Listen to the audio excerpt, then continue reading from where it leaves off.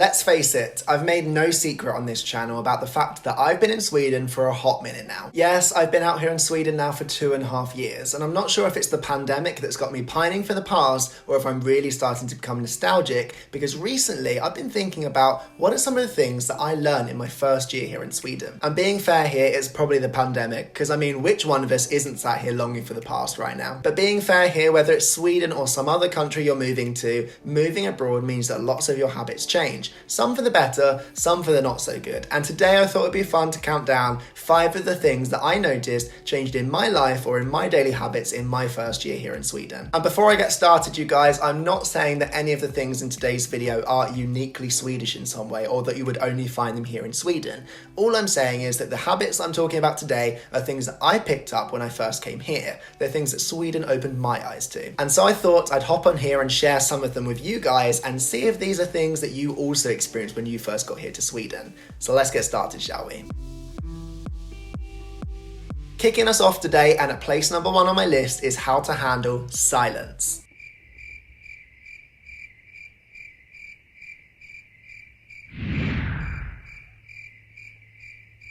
Are you feeling awkward yet?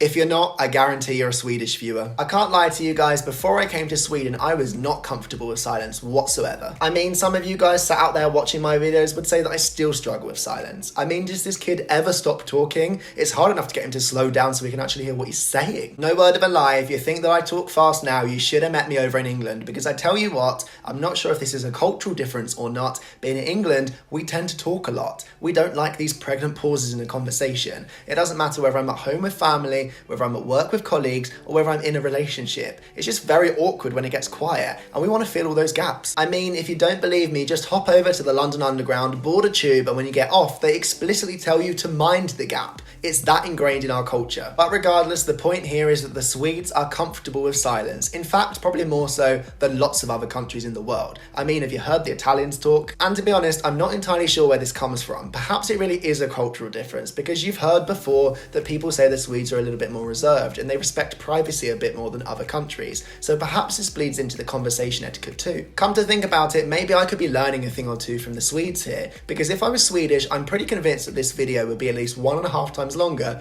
than it actually is today.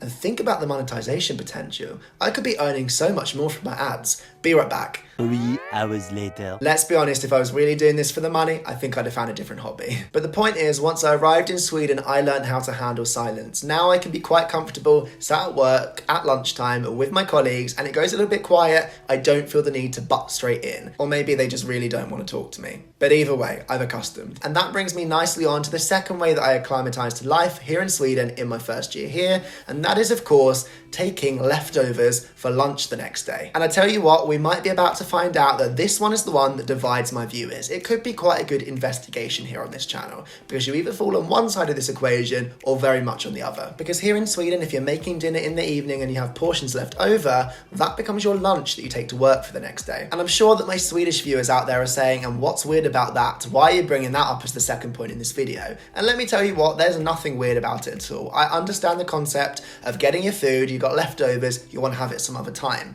The difference here is that in the UK, those leftovers become dinner for another night. They don't become your lunch for the next day. And I guess that the reason that we end up with this difference in behaviour is that in the UK, we tend not to have a hot meal for our lunch. And if we do, it's probably going to be a sandwich or a baguette or something a little bit smaller. Whereas since I came to Sweden, I learned that lots of people here have a full-on, warm, hot meal, a proper meal for their lunch as well as for their dinner. And if I was to hazard a guess, I would say that's got something to do with the climate here. It's cold a lot of the year, so you need to make sure you get those carbohydrates to keep you warm in the winter time. But regardless of the reason, my point here is still the same. Before I moved to Sweden, it was a rarity that I would take my leftovers from the night before for my lunch the next day, whereas now I do it every single day, and that's something that I picked up in my first year here. And I got to admit, you guys, this one's left me curious, so you've got to let me know down in the comments below, what do you do in your home country? Are you more like us Brits, or are you like the Swedes? You're taking those leftovers and you're having them the next day at lunch. And sticking with the theme of workplace etiquette, the third thing on my list today is is that the Swedes tend to dress down when it comes to the workplace. And maybe I'm being a little bit biased here, because before I made the switch Scandi side, I was working in London. So you can bet your bottom dollar that at least 4 out of the 5 days of the week I had a full-on suit on. And even if I didn't have that, I had a shirt and some smart suit trousers. But here in Sweden, smart casual takes on a whole new meaning. And if you don't believe me, just try dressing for your first job interview here in Sweden. It's impossible to know what to wear. Is chinos too much at this workplace? Should I go with smart jeans? Heck, should I wear my everyday jeans? It's really hard to strike the limit because smart casual here leans on the casual side. But that said, it does make it a little bit harder when you first get to a job interview or in your first week at work. How do you tread that line between being casual enough but not turning up in your shorts? So I guess I've got Sweden to thank for the fact that these days I rock up in a t-shirt to work and I love it. The fourth thing that I learned during my first year here in Sweden is that you don't just choose a place to live. Yes, you guys, I'm pretty sure that there's a dollop of Harry Potter going on here because I'm pretty sure that it's the apartment that chooses you, not the other way around. And what I mean by that is that here in Sweden, if you want to get an apartment, if you want to buy an apartment, you have to get in a queue system and you earn a queue point for every day that you stand in the queue.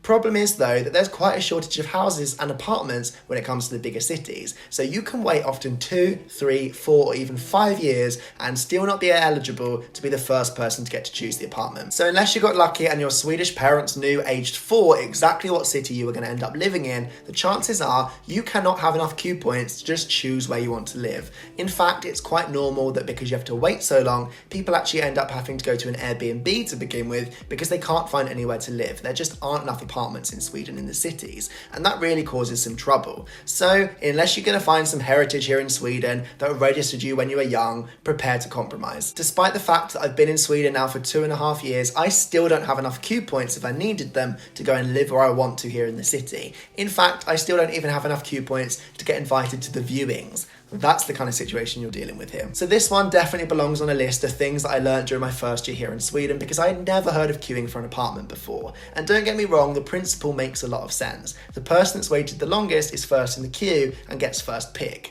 In fact, that makes a lot of sense. I understand the principle. I think they're onto something. I just think the implementation needs a little bit of updating because waiting 5 years just to be able to view an apartment before you get to put in your offer is a little bit crazy. The fifth thing that's on my list today of the things that I learned during my first year here in Sweden is that if you order a package, it doesn't always turn up at your house. And you guys, this one isn't me bashing PostNord. That's been done enough here on the internet. In fact, all I'm saying is that in Sweden, there's a lot of places where there's depository boxes or there's pickup points where you can go and get your parcels. That's not something I was used to before. In England, if you order a parcel, it gets delivered to your house. If you're not there, it gets delivered to one of these pickup points. But in Sweden, the standard is that if you have one within 5 kilometers away, it goes there first and you have to go and get it. And this one makes a lot of sense, you guys. Sweden is a huge country. The delivery drivers would never get to sleep if they had to deliver to your door. Some people live so far out in the countryside, so it makes way more sense that they just get to drop these things off and notify you and you can go and pick them up.